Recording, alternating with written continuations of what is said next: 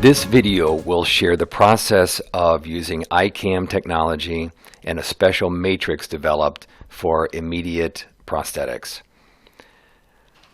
This case is a little bit unique. Dr. Hansen wanted to open the bite on an articulator as opposed to digitally, just to make sure the bite was just right. So the doctor sent us a few photos. Here's one of them with the patient in occlusion, sent us pre-operative digital impressions, and then we printed them, opened the bite, and completed a diagnostic wax up, full upper and lower.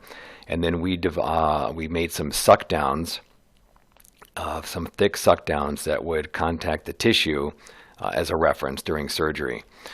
So the doctor, during surgery, removed the teeth, leveled the bone, put the implants in, put the multi-unit abutments in, and some special copings.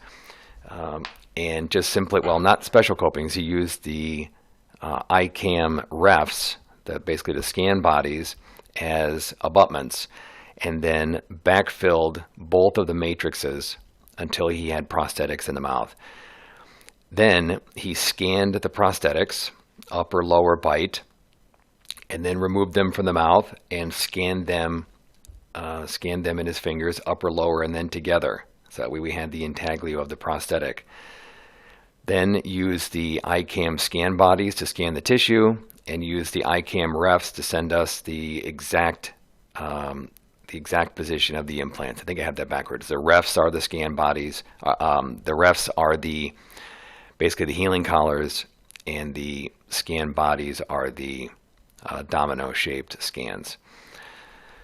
So with these records, we completed a diagnostic wax-up, digitally sent it to the doctor for approval. Just to show you the pans. And then from that, we fabricated upper and lower prosthetics. And you can see these are they're beautiful. We fabricated them in just a couple of days because you really have several hours or several days window to fabricate these and then connect them to the implant. So it's a lovely result with a little bit of a unique design.